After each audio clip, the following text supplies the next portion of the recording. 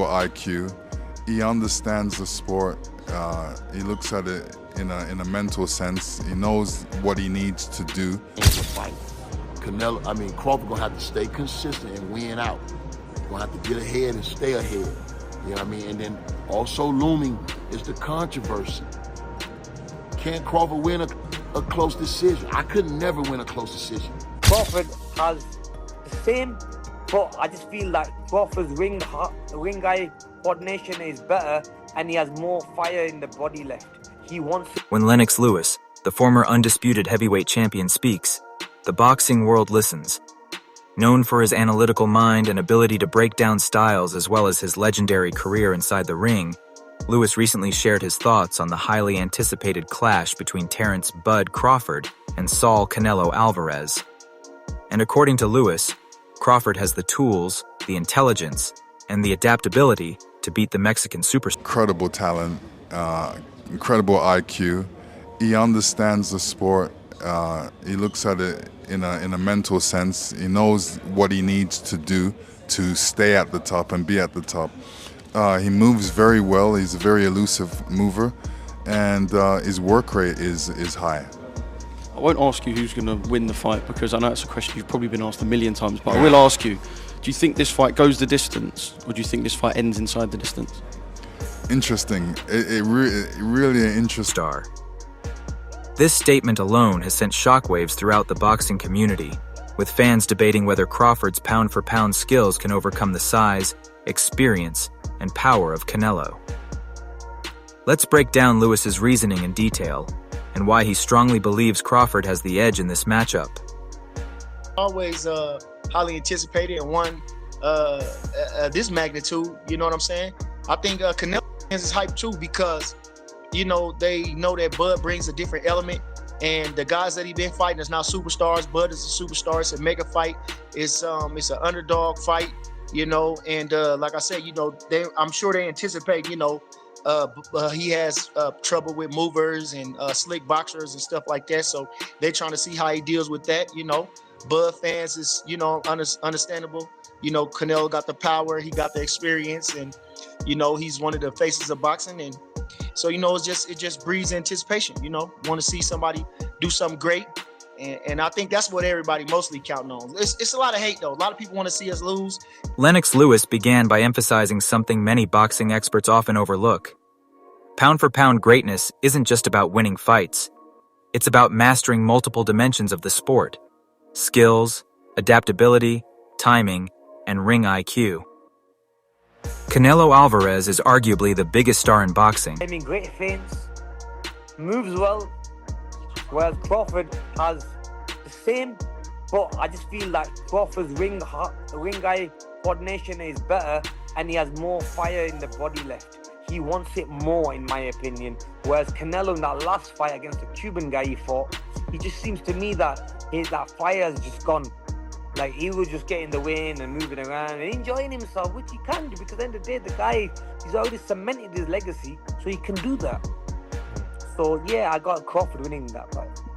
And when you sparred him, when you were in the same camp with Bomac, what was it like? You have any good stories about sparring him since you were an opponent?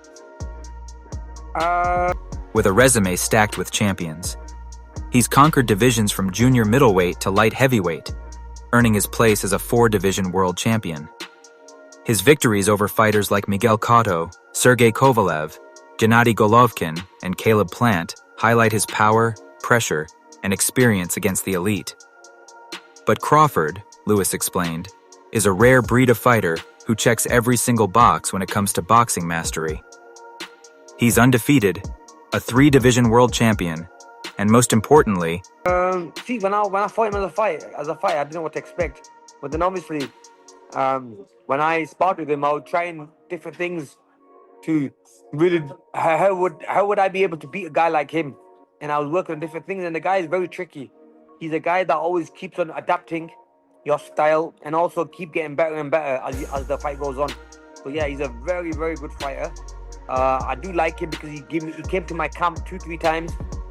Drove up to spend like 2-3 weeks with me to just give me some advice and be there with me and win with me and train with me, and so So yeah, that's why, you know, like, them little things go a long way for me. And that's why I'll always... The first man in the four-belt era to become undisputed in 2 weight classes. His destruction of Errol Spence Jr. cemented him as one of the most skilled fighters of this generation. According to Lewis, this fight isn't just a question of who's stronger or who hits harder. It's about who can solve the puzzle quicker. And in his eyes, Crawford has shown time and again that he can read opponents better than anyone else in the sport. Lennox Lewis stressed that the key to Crawford's success is his versatility. Crawford is a fighter who can seamlessly switch between orthodox and southpaw stances. In the fight, that's why fighters spend the kind of money they spend on sparring partners, because getting the look or stimulating the intensity of how a fight is going to be is how you prepare for a fight. And the most important part of camp is sparring. So it didn't make me say that Canelo was going to win the fight, but it did make me say, damn, he's taking this fight serious, and that's a real good look. I respect the fact that he went out and got the best possible sparring he could find for Crawford to win this fight. I even respect when he did it, because if he would have got Boots early in camp, Boots would have probably beat his butt. You know what I mean? When you first come to camp and you're not sharp. So he got him a few weeks in the camp when maybe, what's how many weeks left for the fight? About 3 weeks left for the fight. This usually your peak time. Adjust mid-fight and make world-class opponents look ordinary. Against Errol Spence, many expected a close contest. Instead, Crawford dismantled Spence with precision counters, sharp timing, and surgical accuracy. Lewis noted that this performance highlighted Crawford's ability to adapt quickly and neutralize an opponent's strengths. Canelo, by contrast, is a pressure fighter who relies heavily on rhythm, counterpunching, and body attacks. While incredibly effective, Lewis pointed out that Canelo has struggled against fighters who use angles. Is a perfect get for Canelo. And I'm not even trying to play the one side or the other. Canelo fans, Crawford fans, you're going to think whatever you want to think. But the reality is, getting this kind of sparring is a massive deal for Canelo. It's going to give him probably the best look you could get for Terence Bud Crawford outside of sparring Terence Bud Crawford. I can't understate how important even just a couple of days working with Jerron Boots Ennis is going to be for Canelo, just to see a bit of the tempo, a bit of that switching of stance, because let's be honest, there's not many guys that Canelo has fought that have fought out of both stances and done it as fluidly as Boots Ennis or as Bud Crawford will do in their fight. Footwork and activity to disrupt his timing. Think back to Canelo's fight with Floyd Mayweather. He was outboxed and made to look flat-footed. Against Dimitri Bivol, Canelo struggled again when he couldn't trap his opponent or deal with consistent straight punches from distance. Lewis believes Crawford has the same ability to expose these weaknesses. His quick footwork, slick counters, and southpaw versatility could make Canelo uncomfortable and force him to fight at a pace he doesn't enjoy. While Canelo's power is undeniable, especially at higher weights, Lewis believes Crawford's superior timing and reflexes will be the difference. Crawford has a knack for striking right. Slower than usual, and Canelo has always been someone who's always had very slow feet. Even when he was down at 154 pounds. Something that plagued him throughout the course of his career is he's just had very slow feet. You know, like cement sometimes on them. That's one of the weaknesses of Canelo, and obviously now, he's, how old is Canelo now? 35 years old, 34, 35. They're gonna be, they were slow in your mid-20s. They're definitely gonna be slow now in your mid-30s. When his opponent least expects it. Lewis referenced Crawford's fight with Yuriorkis Gamboa, where even though Crawford got hit, his ability to adjust mid-fight and deliver devastating counters led to a knockout victory. Similarly, against Spence, Crawford anticipated Spence's jab and countered it repeatedly, turning Spence's aggression into opportunities for himself. Canelo, as strong as he is, often throws lows, opening hooks and power shots that leave small openings.